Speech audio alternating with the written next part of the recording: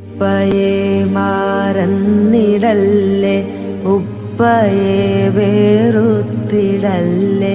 ഉപ്പ നമ്മുടെ ജീവിതത്തിൻ കെടാവിളക്കല്ലേ. നമ്മൾ ആ വെളിച്ചം കണ്ട് ലക്ഷ്യം കണ്ടവരല്ലേ. ഉള്ളുരുകിയുറക്കുണർന്നു എല്ലുമുറുകി വേല ചെയ്തു. മക്കളെ പോറ്റി വളർത്താൻ പാടുപെടുന്നു. സൂറത്തുൽ ഇസ്രാ നോക്ക്, ശ്രദ്ധയോനി മറിച്ച് നോക്ക്. വാഖള മുതൽ സഗീറ വരെയും വായിക്ക്. എങ്കിൽ കടമകൾ അതിലുണ്ട് പുൽകാൻ ഗൗരവം ഓർക്ക്.